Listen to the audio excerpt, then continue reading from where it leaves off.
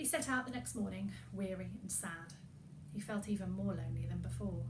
It seemed to him that he had no friend in the world. There were only enemies out here in the wilderness. His bread was almost gone.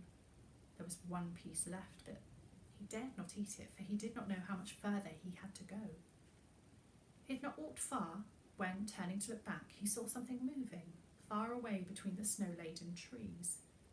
At first it looked like a swirl of snow crystals whipped up by the wind, but as it came closer he saw that it was an old woman in a grey sparkling shawl which flapped about her as she came. He waited. The old woman came slowly, bending down now and then to pick something up from the snow.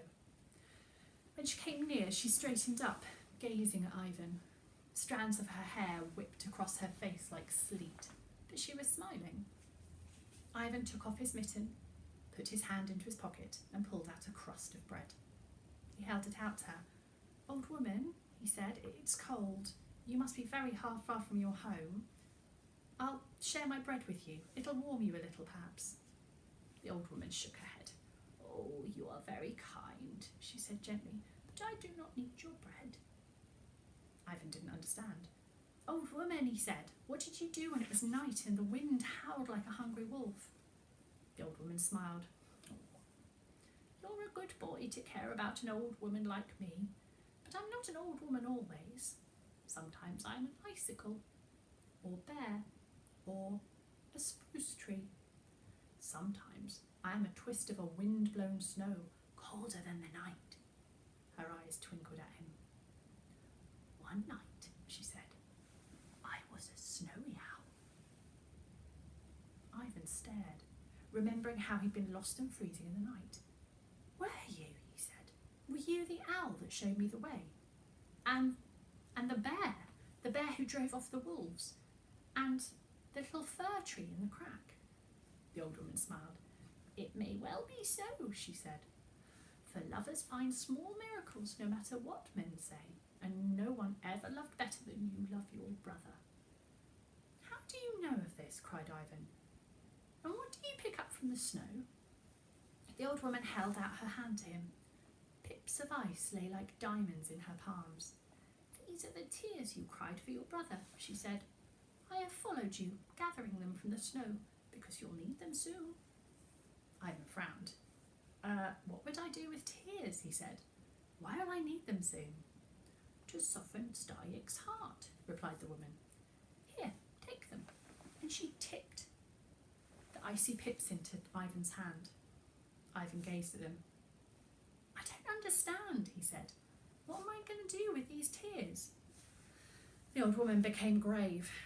"At the moment of your gravest danger," she said, "you must fling the tears into Stayek's face and say, 'Brothers never more shall part, melt the winter in his heart.'" Ivan said the words softly to himself so that he would remember, and the old woman nodded. "That's right," she said. "And now go, for I can help you no more." When he'd gone a little way, Ivan turned to wave farewell, but there was only a little spruce tree that quivered in the wind. He turned and walked on, and after a long time he came to a mountain. It was a hard, white mountain, and as he drew near, the air grew colder still. At the foot of the mountain was a great high cave with the wind booming in its mouth. Ivan shuddered because he knew that he'd come at last to Stayek's land. Inside the cave, it was utterly black. The roar of the wind was deafening, and it was deathly cold. Ivan stopped. The darkness filled him with dread. He looked back to where the grey light spilled a little way into the entrance. He could go no farther. He must get outside where he could see the sky and the snow and the trees. But his brother must have passed this way. Somewhere in this terrible place, the little boy was waiting for Ivan to come and take him home. He set his lips in a firm line and moved on into the blackness, holding out his arms before him and going very slowly. The wind howled in his ears, and he heard again the laughing voice in it. Something fluttered in his face. He struck at it with his hand, and it slid up over his forehead and became tangled in his parka, dragging the hood from his head. At once, something else hit him, flapping coldly in his hair. Ivan cried out, clawing the thing from his head. It sank needle teeth into his finger and whirled away into the wind. Another one, this time on his chest. He threw up his arms to protect his face. Whatever the things were, they were all around him. He felt the small collisions, felt them cling, fluttering to his clothing. He screamed, "Oh!" But the wind drowned the cry. He whirled around and around, beating at himself to knock them off, and for every one he brushed away, there was another one to take its place. He knew it was hopeless. He put his head down, wrapped his arms round it and went through them. And after a time, the collision stopped. For a long time, Ivan moved onwards through the cold darkness. The sound of the wind began to fade, and when he looked back, he could no longer see the light. As he walked, he noticed that the tunnel was becoming higher and wider, and he seemed to be moving towards a lighted place. Presently, he stopped, listening intently. Somewhere in front of him, he heard a laugh. It was not a pleasant laugh, not like the laugh of someone who's enjoying a good joke. It was a cold, flat laugh, and when it came again, Ivan found himself thinking about the laughter he'd heard in the wind last night when he was lost and freezing. As he moved on, the laughter grew louder, and he could hear other sounds too, a swishing noise, and now and then a thin, high scream. The tunnel, which was by now very wide and very high, took a sudden turn. The sound seemed to be coming from just beyond the turn. Ivan flattened himself against the wall, peered cautiously round, and almost cried out. He was looking to a great, glittering cavern. The floor was blue ice, and enormous icicles hung in thousands from the roof. Hard blue light glowed and flickered like cold fire, and the wind from the passage moaned around the walls. In the centre of the cavern, its back towards the boy, stood a hideous figure. It was stooped and crooked, and its white robe hung in folds from a bony frame. In one hand it gripped a thin, springy rod, of the kind of which Ivan's people used to fish for trout in the river. As Ivan watched, the figure turned, pulling on the rod and watching something that fluttered and squealed far up near the roof among the icicles. It was then that Ivan saw what the man was doing, and his heart turned cold. Fishing. The creature was fishing, but not in the water, in the air, and his victim was a tiny bat that whirled and tugged frantically as the man began to wind in the thin line. But struggle as it might, the poor creature was pulled closer and closer to its monstrous captor, and soon Ivan could see a streak of blood at its mouth from the cruel hook. When the terrified creature was close enough, the man clawed it out of the air, crushed it, and dropped it onto the ice where the broken bodies of several others lay. Then he threw back his head and laughed horribly. Ivan drew back into the passage. The man's cruelty had sickened him, and the laughter turned his blood cold. He tried to tell himself that it didn't matter. The man had not seen him, so he could just turn around and run away and never see the creature again. But deep within himself, he knew the name of this monster. No other man could possibly behave with such cruelty. This man was Stayik, and Ivan knew that if he fell into those awful hands, he need expect no more mercy than the poor, broken bat. And somewhere not far away, this creature had his brother. The thought of his little brother in the hands of such a man filled Ivan with rage. He was so angry that fear left him. He would fling himself on Stayik, snatch the rod from his hand and beat him with it till he screamed like the bat had screamed. He clenched his fists and stepped into the open. Instantly he froze. It was as though his arms and legs had become ice. Try as he might, he could not move. Stayik no longer fished. He sat now in the middle of the cavern on a throne of age-grey wood, and his icy stare held Ivan rigid. He moved a hand, beckoning with one grey finger. The pale eyes now seemed to draw Ivan across the icy floor until he stood trembling before the throne. Stayik stared down at him, his hands gripping the arms of the chair. His grey beard was stiff with ice, and his hair fell in frozen strands about his thin shoulders. After a long time, he spoke, and his voice was like walking on crisp snow. "Who are you?" Ivan stood up very straight. He hoped that Stayik could not see him trembling. "I'm Ivan," he said, The blacksmith is my father. Starlick's lips twitched cruelly. Why do you come here? He hissed. Do you not know that all that enter Starlick's land are dead? I've come for my brother, said Ivan. Your brother is dead, said Starlick. Ivan shook his head. No, he's not dead. I can feel him. I can feel him in here. He touched his chest with a mittened hand.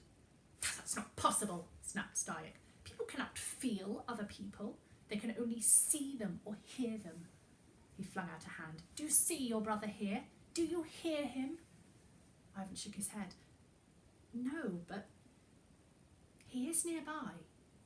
Starlick gripped the arm of his throne and rose to his feet. Very well, he said softly. You are right, little Ivan. Your brother is close by. He turned, beckoning. Come, and I will show you. Ivan's heart leapt. He did not see the smile on Starlick's lips as he turned and shuffled across the floor. Ivan followed. To one side of the cavern, an ice curtain hung from roof to floor. Starlick went behind this curtain, and Ivan was close on his heels. The man turned with a leer, pointing. Well, Ivan, here he is. Was it worth all the hardships of the journey? Ivan clapped a hand to his mouth, stifling a cry. He was looking at a great block of ice. It was higher than 3 houses and as long as the cavern. The ice was as clear as a crystal pool, and inside he saw children, many children, trapped in the solid ice. Some looked as though they had been running, others seemed to have been skipping. Some sat, some stood. There were frozen smiles, frozen frowns, and there, right in the front, gazing out from his icy prison, was Ivan's brother. Starlick laughed cruelly. Such pretty children, he said, and mine forever. Ivan looked into the twisted face and his eyes were filled with tears. But these children don't move, he cried. You can't play with them or hear them laugh. You could make such children from painted wood. Starlick shook his head. Ah, no, the finest woodcarver could not do that. And besides, I take the children to punish those who sent me away. Ha! He laughed again. Once I was a child like these, he said, but the other children would not play with me. They said my heart was cold, and they sent me away. He turned to the ice prison, resting his hands on it, looking in. Now I have friends, and every one a pretty one, for I have chosen them myself.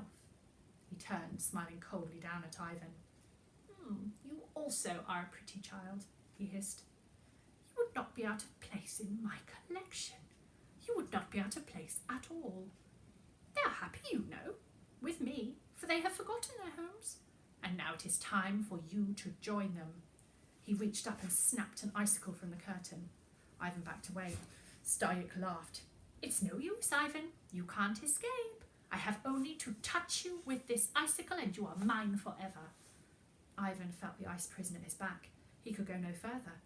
Starlick grinned and came on, the icicle held out before him. Ivan bit his lip. The ice point was inches from his head.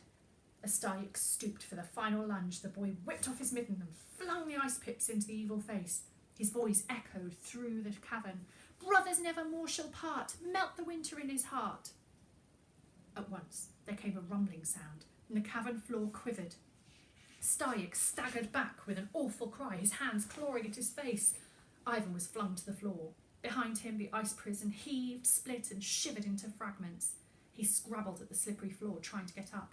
Then something struck him on the head, and he felt himself falling. After a long time, Ivan opened his eyes and cried out. Starlick was bending over him. He rolled away, trying to get up. Starlick watched him. Ivan scrambled to his feet and backed off, eyeing the old man warily. Starlick made no attempt to follow, but stood gazing at him across the shattered ice. Then the corner of his mouth twitched so that he seemed almost to smile. Ivan screwed up his eyes, shook his head and looked again. Starlick was smiling. There was no cruelty now in his smile. There was something in his hand, and he held it out towards Ivan. Soup, he said. Hot soup. Ivan took a step forward. Something grabbed at his waist and clung there very tightly. He looked down and saw his brother's head pressed against him. All around, children were awakening, rubbing their eyes and gazing about them. Stayek came closer, offering the soup. He seemed straighter now, less twisted. Ivan took the bowl and backed away, drinking the hot soup and watching Stayek through the steam. "There are furs," said Stayek, "in my storeroom. Many furs. I'll fetch them." He shuffled away through the splintered ice. Ivan gazed after him wonderingly, passing the soup bowl to his brother. Stayek went several times back and forth with his shuffling gait until a heap of warm furs lay on the floor. "You ought to be going," he said. "There's no wind now and you have a long journey." And he began to go round from child to child, wrapping the furs about their shoulders, smiling. And when they began to move out through the passage in twos, holding hands behind Ivan, Stayek led the way. There was no wind, no fluttering wings now in the quiet darkness, and they came at last to the end of the cave where their eyes danced to see the snowflakes falling through the pure light. "You will never see me again," said Stayek, "but I shall see you, and when winter comes again, you will have reason to remember how Stayek's heart was warmed." And so they left Stayek's land, and Ivan took them home. And at every village he strode along the street, crying, "Here are your children, home again from far away." And the people cheered and brought food and heaped gifts upon them and stood waving as the line of children marched away. With every village, the line became a little shorter, until at last only Ivan and his brother were left.